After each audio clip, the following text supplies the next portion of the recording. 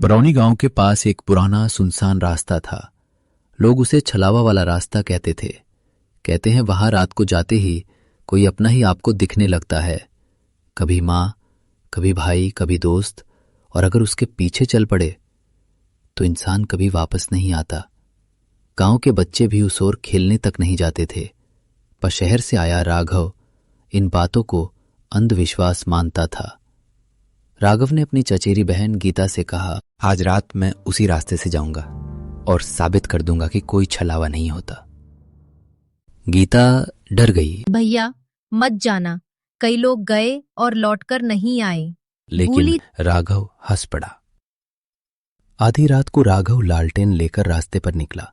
अचानक उसे पीछे से आवाज आई, राघव बेटा। वह चौंक गया। यह उसकी मां की आवाज थी, जबकि उसकी मां तो शहर में थी। उसने देखा कि मां जैसी ही एक औरत खड़ी थी। चल मेरे साथ बेटा, वो बोली। राघव उसके पीछे पीछे चल पड़ा।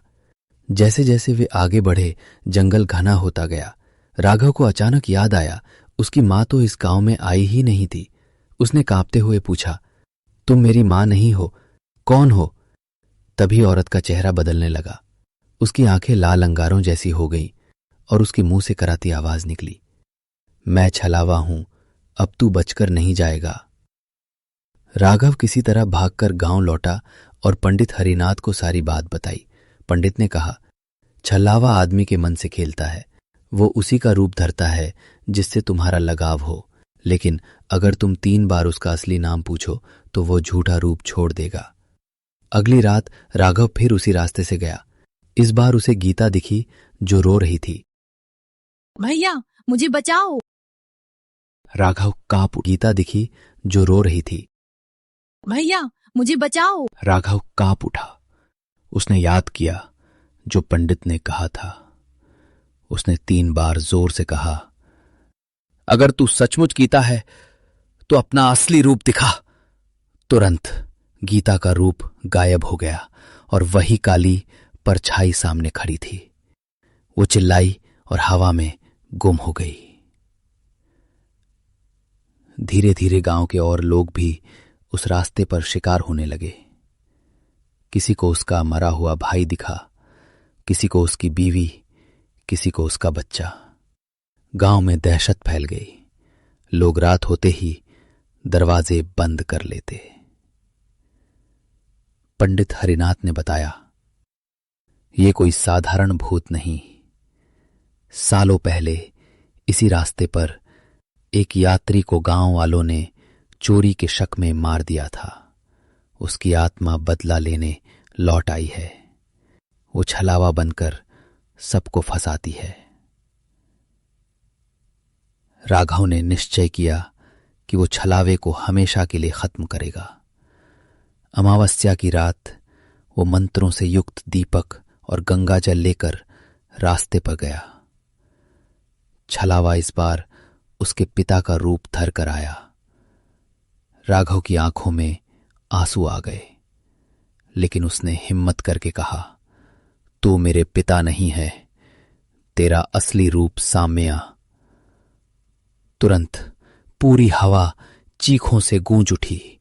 छलावा का असली रूप निकला, काले धुएं का एक विशाल साया। राघव ने दीपक और गंगाजल उसकी ओर फेंका और पंडित द्वारा बताए मंत्र पढ़े। छलावे ने भयानक चीख मारी और आग के धुएं में जलकर गायब हो गया। गांव में शांति लौट आई। अब लोग उस रास्ते से बेखौफ गुजरने लगे।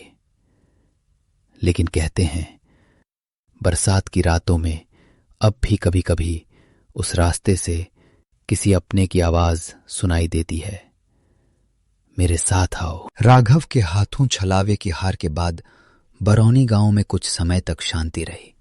लोग अब रात को भी उस सुनसान रास्ते से गुजरने लगे। बच्चे तालाब के किनारे खेलने लगे और मवेशी उसी पेड़ की छांव में बंधने लगे जिसे कभी लोग अभिशाप मानते थे।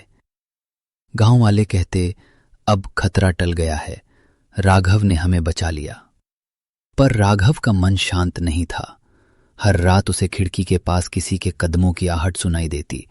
कभी दरवाजा अपने आप हिल जाता, कभी किसी अपने की आवाज सुनाई देती, राघव मेरे साथ आ। वो समझ नहीं पा रहा था कि ये उसकी कल्पना है या सच। एक रात जब हल्की बारिश हो रही थी, उसने साफ देखा पीपल के पेड़ के नीचे लाल चुनरी फड़फड़ा रही थी, वही चुनरी जो उसने छलावे को हराने के लिए चढ़ाई थी।